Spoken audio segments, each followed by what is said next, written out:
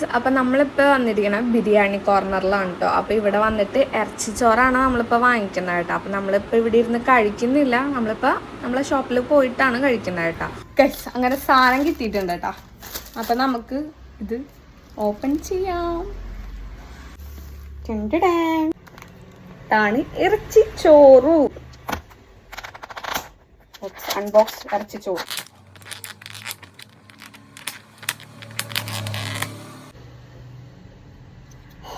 നല്ല മണം. കുറേ നാളുകൾക്ക് ശേഷം ഞാൻ ഇറച്ചിച്ചോറ് കഴിക്കാൻ പോവാണ് ഗൈസ്. ഇതിന്റെ അകത്ത് വേണ്ട, ഇതിന്റെ അകത്ത് പുളിയച്ചാറ്, ഇത് കച്ചമ്പർ, സലാഡ്, ഇതാണ് ബിരിയാണി, ഇറച്ചിച്ചോറ്, നല്ല അടിപൊളി ഇറച്ചിച്ചോറ്.